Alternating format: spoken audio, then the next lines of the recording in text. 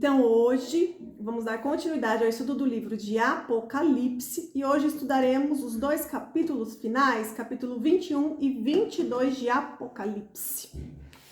Mas antes de começar, vamos rapidamente aqui recapitular.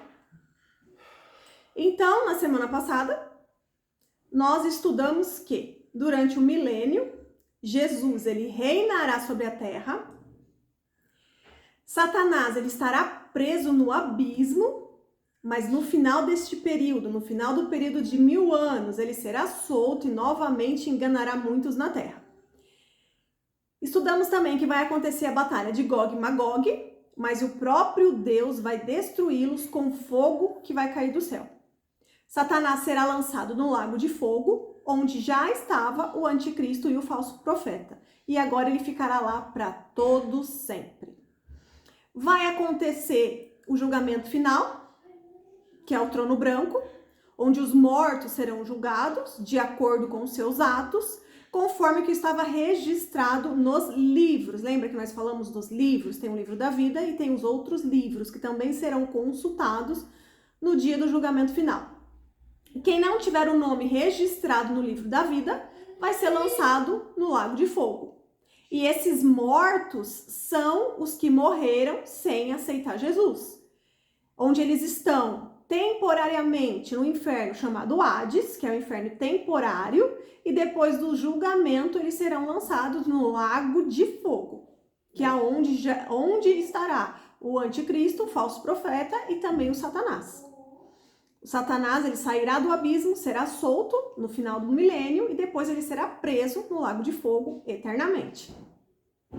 E nesse julgamento, no juízo final, estarão todos os mortos que morreram sem aceitar Jesus como seu único Senhor e Salvador, os que estavam no milênio sem corpo glorificado, que são aqueles que não receberam a marca da besta, eles conseguiram fugir, conseguiram escapar do sistema durante a tribulação.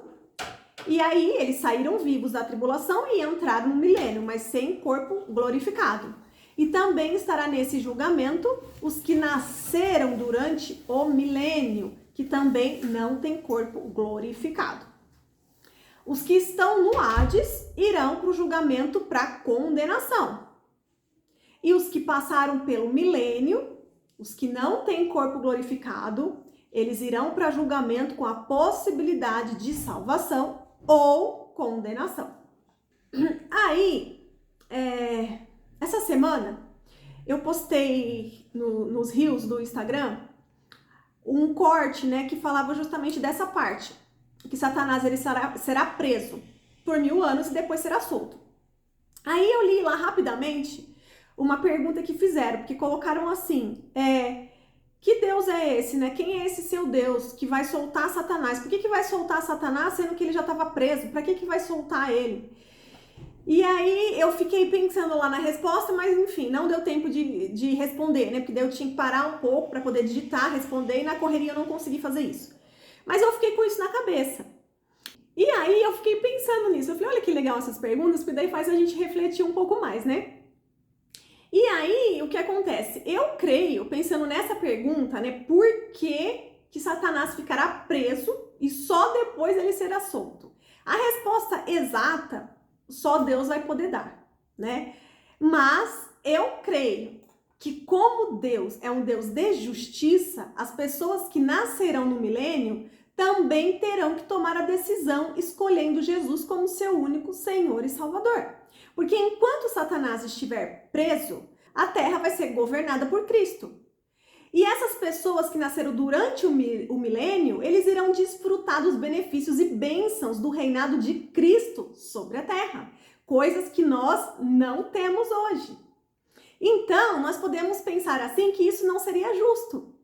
Aí me veio até um exemplo assim do dia a dia, Quando eu tenho 2 filhos. Uma filha de 14 e um filho de 5. E vira e mexe, a minha filha de 14, ela reivindica algum direito, alguma coisa, porque o meu filho menor teve e ela não. Aí tudo ela fala assim, não, mas eu na idade dele, eu não tinha essas regalias, mas eu na idade dele, eu não tinha esses privilégios. tudo ela quer contestar, né? Porque ela quer igualdade. Então, se você compra um brinquedinho, alguma roupa para um, você tem que comprar alguma coisa e roupa para o outro. Eles querem igualdade. Os irmãos são assim, eles se comparam. E eu fiquei pensando, essa daí que é a resposta. Porque o que acontece? Se todas essas pessoas que nascerão durante um milênio, eles não tiverem depois que resistir a Satanás, que resistir às tentações, vai ser muito mais fácil para eles terem o nome escrito no livro da vida.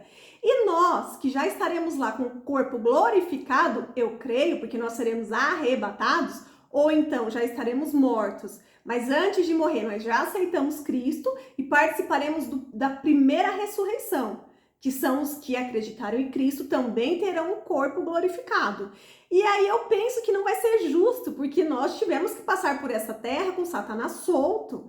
Nós temos que resistir todo dia às tentações e a Satanás. E eu creio que Deus ele é tão justo que no final do milênio ele vai soltar para que as pessoas de lá também tenham que resistir a Satanás, que resistir às tentações e que elas também tenham livre arbítrio, porque Deus não cria robozinhos que simplesmente só tem a escolha de seguir a Jesus. Não. Deus deu o livre arbítrio e até para as pessoas que estão lá no milênio, aquelas pessoas que nascerão lá dentro desse período de 1000 anos. E aí as pessoas também terão que escolher, mesmo depois de viver 1000 anos sobre o governo de Cristo, que será um governo justo, não é um governo como o que nós vivemos hoje, porque hoje nós vivemos diante de um governo corrupto, e no milênio não, eles serão governados por Cristo, será um governo justo. Mesmo assim, as pessoas desfrutando dessas bênçãos, quando terminar esse período e Satanás for solto, muitas pessoas serão enganadas e irão para o lado de Satanás, porque no entanto até vai ter a batalha de Gog e Magog, né? É um rei, uma nação, e serão muitas pessoas ali. Então eu creio que é justamente por isso, é porque Deus é justo, né? Então não somos só nós aqui nessa terra, nesse momento, que temos que resistir e fazer escolhas. As pessoas que nascerem no milênio também terão um período que elas terão que resistir, não cair no engano, na conversa de Satanás, e terão também que escolher a Cristo como seu único Senhor e Salvador para terem o seu nome escrito no livro da vida. Se tiver o nome escrito no livro da vida, quando chegar lá no julgamento final, ok, vai para o céu. Vai ter direito à vida eterna. Mas se não tiver, vai ser lançado no lago de fogo, porque Deus é um Deus de justiça. Eu creio nisso. Porque, pensem assim, as pessoas que têm corpos glorificados, elas terão corpos incorruptíveis, certo? Ok, essas não cairão no engano. Mas as pessoas que nasceram no milênio ou as pessoas que saíram da tribulação porque escaparam da marca da besta, conseguiram fugir e entraram lá, elas continuam com o corpo natural, que é corruptível. Então elas continuam tendo o livre-arbítrio e a escolha, e eles têm que decidir se vão cair na conversa de Satanás ou se vão continuar firme com Jesus, reconhecendo que o seu governo que realmente é justo e não caindo na conversa de vantagens que Satanás oferece. Eu creio que será por isso. Lembrando, gente, quem é que terá o corpo glorificado durante o milênio? Os que participaram da primeira ressurreição. São os que aceitaram Jesus antes de morrer. São os mártires, os que morreram em nome de Jesus durante o período da tribulação e não aceitaram a marca da besta. Morreram em nome de Jesus, eles são os mártires. E os que foram arrebatados, certo? Esses terão corpos glorificados. Os que nascerem durante o milênio e os que permanecerem vivos durante a tribulação e não tiverem a marca da besta, eles entrarão no milênio com corpo natural, normal, assim como o nosso. Então, no milênio terá pessoas com corpo glorificado e com corpos naturais, normais, assim como nós. Então, agora a gente vai entrar no capítulo 21 de Apocalipse. Então, depois de todos esses acontecimentos, virá a nova Jerusalém. Aí vamos lá para o versículo do capítulo 21. Então vi um novo céu e uma nova terra. Isso aqui é João falando.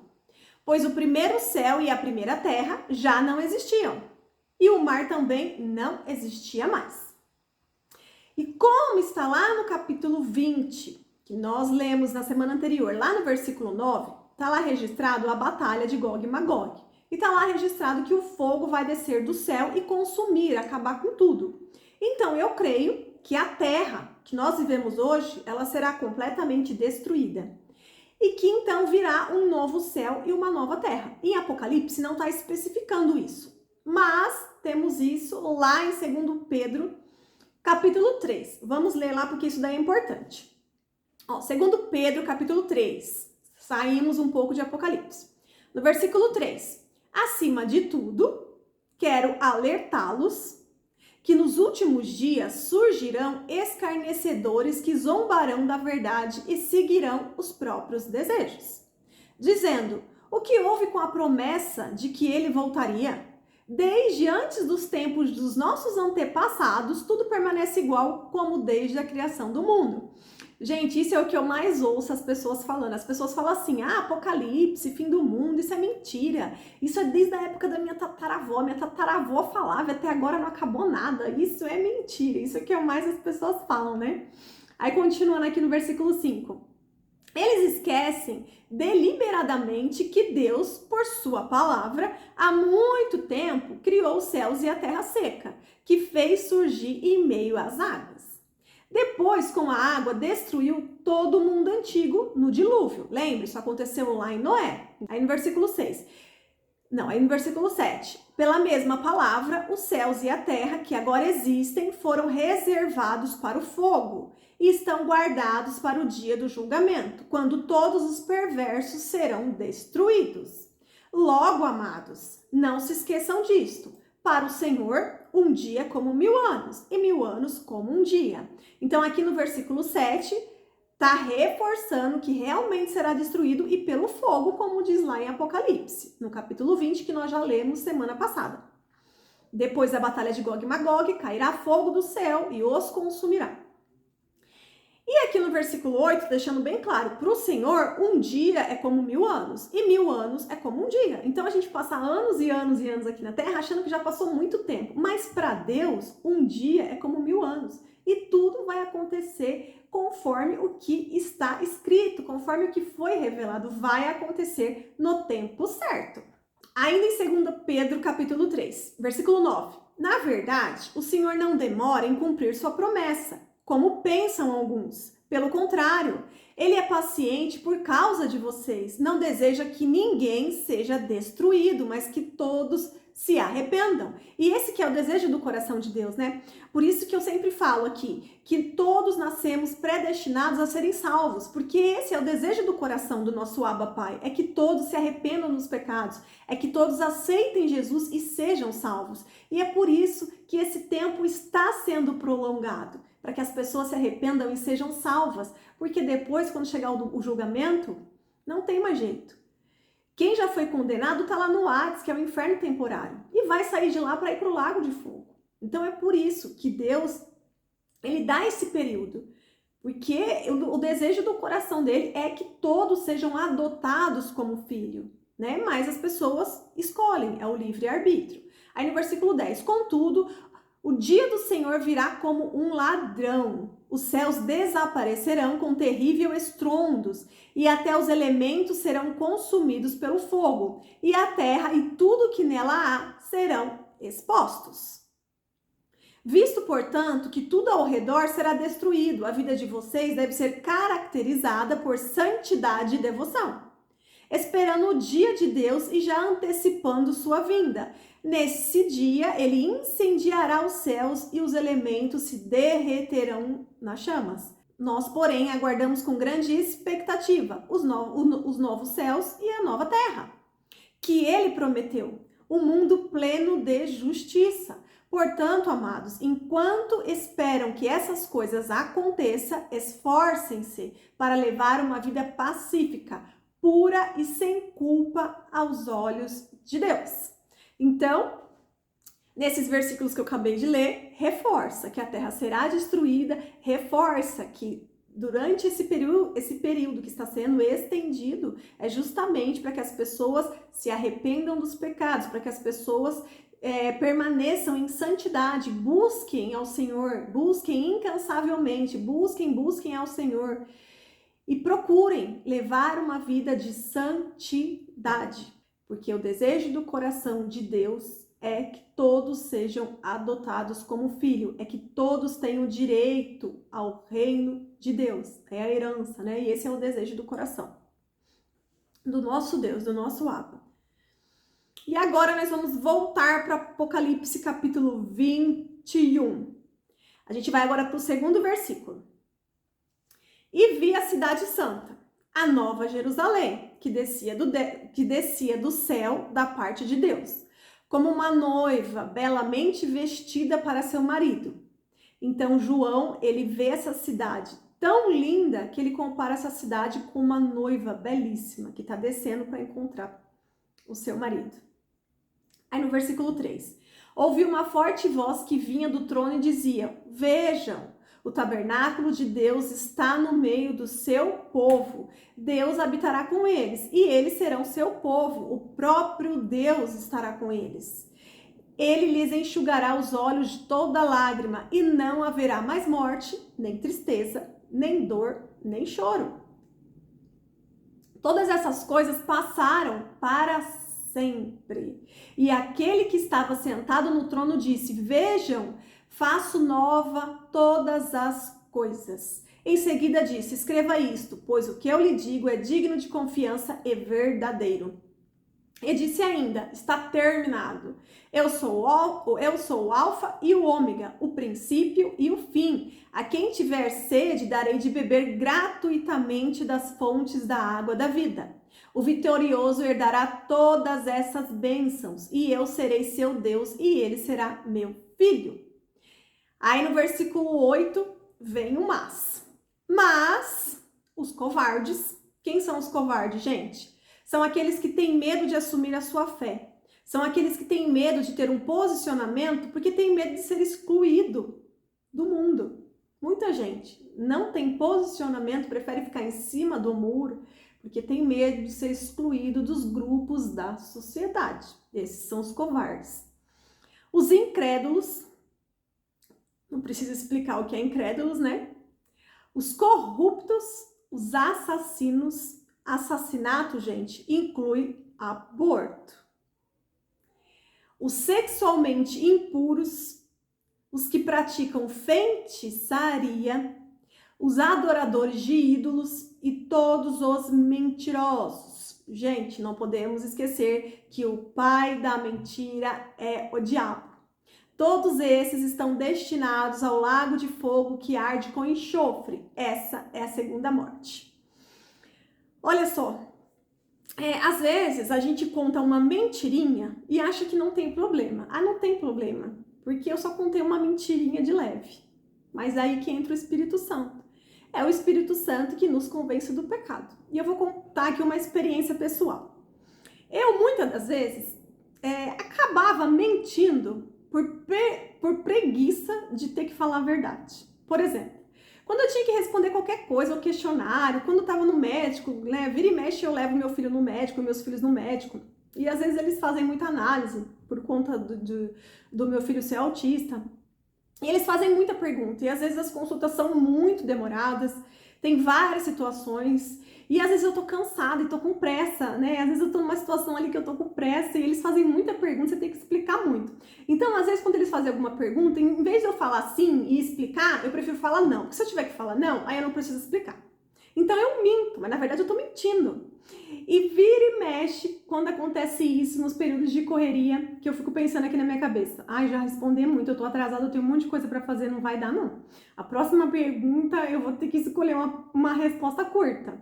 E aí eu pego e acabo mentindo na resposta com a intenção de encerrar logo aquilo, porque eu tenho outras coisas para fazer. Mas toda vez o Espírito Santo, ele fica ali do meu lado batendo assim, ó, fazendo croque-croque na minha cabeça. Não faça isso, não faça isso. Aí eu na correria, falo assim, ah não, Espírito Santo, não tem problema não. E eu pego e acabo mentindo. Mas ele fica depois martelando na minha cabeça. E eu fico tentando ali justificar para o Espírito Santo. Olha só, eu tentando mais do Espírito Santo. Eu tava sem tempo. E eu tinha que explicar muito, não dava. Então era melhor eu mentir. Gente, mas é nítido. Quando o Espírito Santo habita em você, em todas as mentiras, em tudo, em todos os pecados, ele te convence daquilo. E pior de tudo é que somos falhos e pecadores. E mesmo tendo discernimento que tá errado, que eu não deveria mentir, eu acabo mentindo. Mas o que acontece depois? Não adianta, eu canso de ficar justificando porque eu sei que eu tô errada. Aí eu me arrependo, eu peço perdão e eu converso com Deus. Falo, Deus, agora eu vou ficar mais atenta ainda. Eu não vou mais mentir. Não vou. Nenhuma mentirinha. Porque na verdade não existe mentirinha pequena e mentira grande. Mentira é mentira. E o pai da mentira é o diabo. Então, se eu mentir e justificar que foi uma mentirinha pequena, eu vou estar pecando. E aqui está dizendo que os mentirosos não herdarão o reino de Deus. Então é esse justamente que é o trabalho do Espírito Santo, é nos convencer do pecado. E para isso a gente precisa ter um coração ensinável, a gente precisa ter humildade, precisa aprender a depender de Deus em tudo, em absolutamente tudo. E nós temos que se policiar, estar mais atento, mesmo que a verdade seja mais trabalhosa. O certo é dizer a verdade. Então, quando nós estudamos lá no livro de Mateus, quem que Jesus disse que foi o maior dos profetas? Foi João Batista. E qual que era a pregação de João Batista? Era justamente sobre arrependimento. Então, lá em Mateus 3, versículo 2, está escrito: arrependam-se, pois o reino dos céus está próximo. Então, não adianta se justificar. O que nós precisamos é se arrepender. Adianta eu ficar discutindo com o Espírito Santo tentando me justificar? Pecado é pecado. Você tem que se arrepender, você tem que confessar o seu pecado e se libertar dele. É isso. É esse que é o procedimento correto. A gente tem que permitir que o Espírito Santo nos convença do pecado. A gente precisa se arrepender. Temos que pedir para Deus um coração ensinável. Isso a gente pode pedir. Pede para Deus: Senhor, eu quero um coração ensinável. Não podemos ficar com o coração endurecido. Não tem como ficar com o coração endurecido.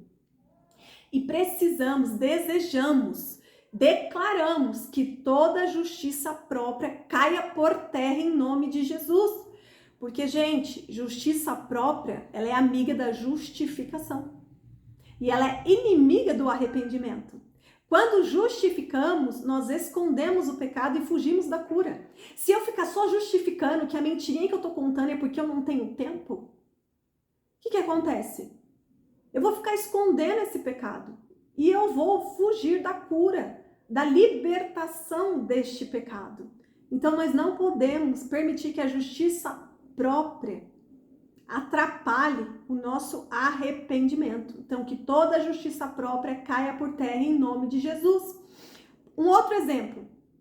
Eu já escutei pessoas falando: mas se a pessoa rouba, mas ela rouba por uma boa causa e com aquele dinheiro ela ajuda numa obra social, ajuda os pobres. Então não tem problema, né? Tem problema, gente. Tem problema, porque é roubo. Roubo é roubo. E é pecado, não é para fazer isso. Deus não aprova o espírito de Robin Hood. Não adianta você tentar justificar, entendeu? Fazer justiça própria, não. Mas esse mundo é injusto, então eu vou lá roubar do ladrão e vou entregar para a pessoa certa. Isso é justiça própria, é você que está determinando o que é certo e não é você que determina, quem determina é Deus. Então é por isso que precisamos pedir um coração ensinável. É quando vem uma pessoa e faz muito mal para alguém que você ama e você vai lá para se vingar. Isso daí é justiça própria. Você não é o vingador, você não é o justiceiro. Tem que deixar tudo nas mãos de Deus. É permitir que Deus coloque em nós um coração ensinável, para que todos esses ensinamentos entrem na nossa mente e para que a gente permita que o Espírito Santo flua. Então, na luta da carne contra o Espírito, é o Espírito que tem que prevalecer. Mas se você estiver cheio de justiça própria, quem vai prevalecer é a carne. O Espírito ele vai ficar enfraquecido. Então, isso é o que temos que fazer na prática. Não tem segredo. a sua vontade ela cai por terra, a vontade do Espírito prevalece, a obediência a Deus prevalece. Não tem segredo. Eu digo por conta própria, porque muitas das vezes eu tentava discutir com Deus. Eu tentava mostrar para Deus que eu era justa e que ele estava enganado. Gente, isso é um absurdo dos absurdos. E aí eu fui entendendo que eu não posso fazer isso. Eu não posso, eu tenho que permitir a justiça de Deus na minha vida e não eu tentar fazer justiça. Isso foi muito libertador. Porque a partir do momento que eu comecei a entender, que eu fui permitindo que o Senhor colocasse um coração ensinável, que eu fui permitindo que o Espírito Santo me convencesse do pecado, eu fui sentindo muito alívio. É como se exatamente eu estivesse aliviando o fardo. Sabe, quando Jesus vem e ele carrega seu fardo. Só que o fardo de Jesus ele é leve, porque o fardo de Jesus é em obediência. Então você diminui para que Deus cresça e o seu fardo ele fica leve. Jesus carrega o fardo para você. Então a única coisa que a gente tem que fazer é obedecer. Obedecer, obedecer, obedecer. Não se justificar.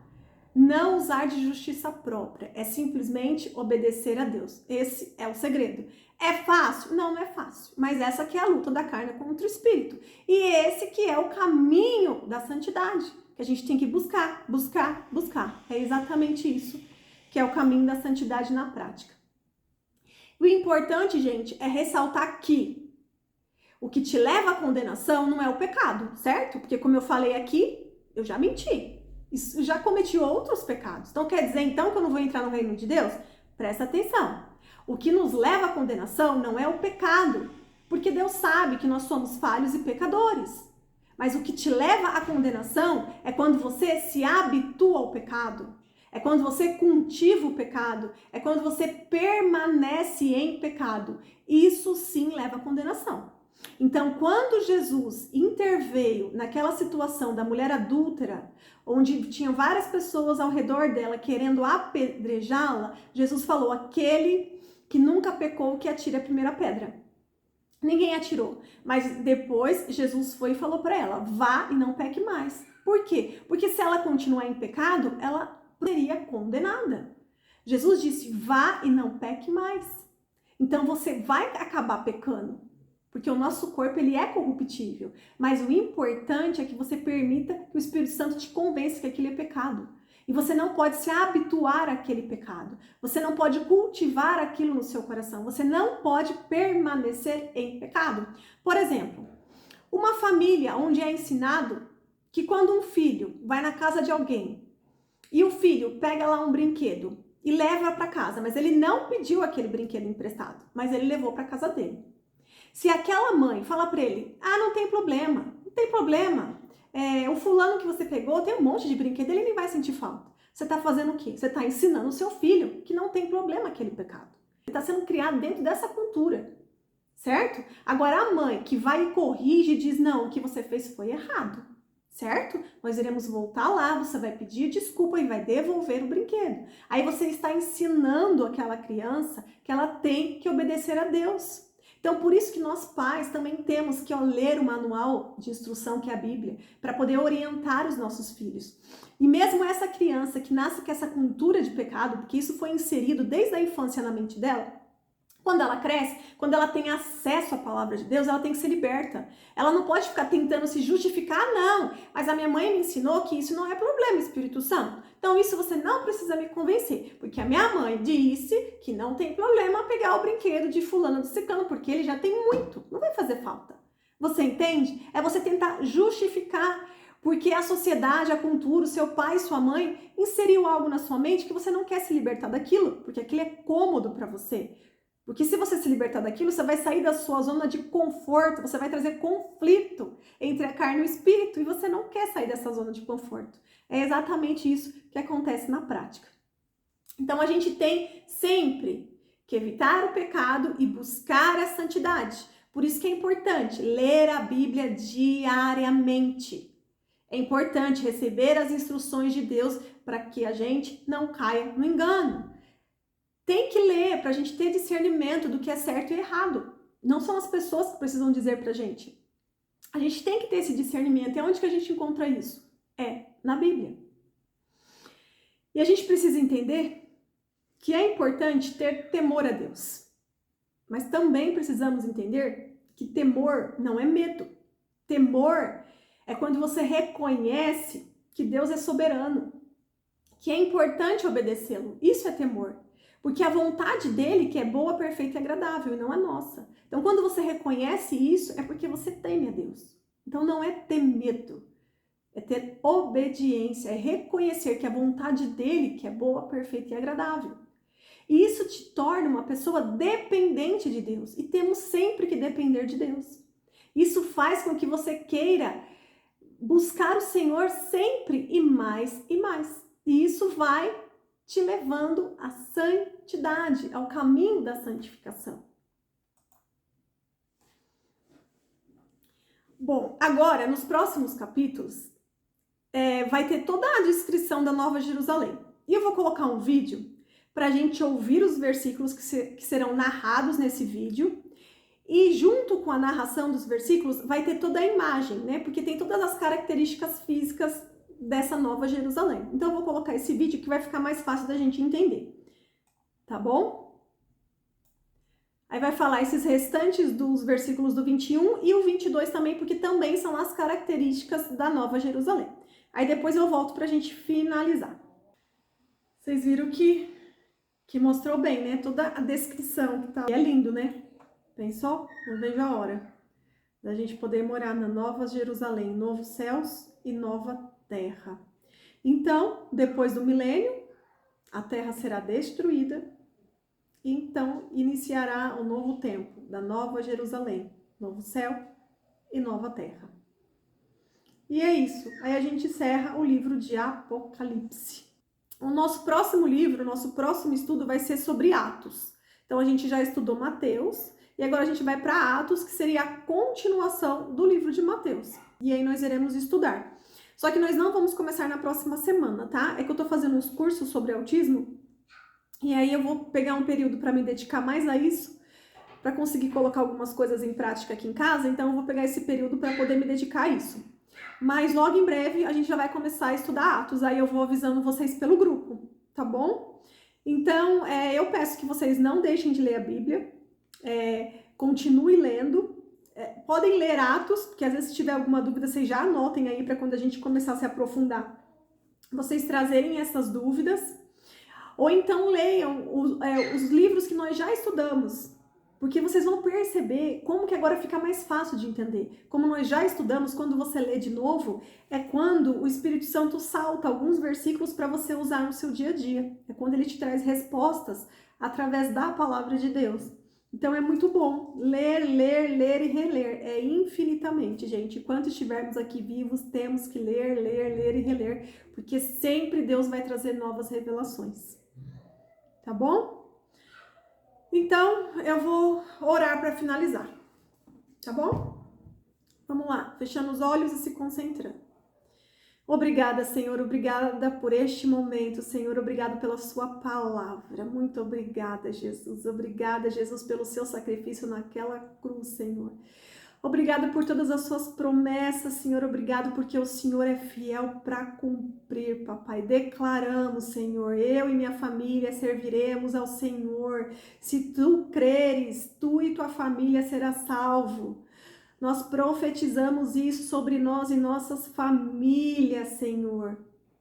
Queremos receber a chuva de bênção, Senhor. Queremos receber estratégias do céu, Senhor. Clamamos por sabedoria, por inteligência, papai. Nos dê um coração ensinável. Queremos ter a nossa mentalidade renovada, Senhor.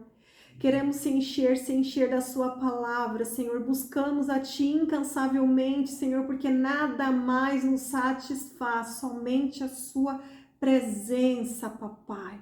Que todos possam sentir a sua presença, que todas as casas possam sentir a sua presença, a sua graça, a sua luz, papai.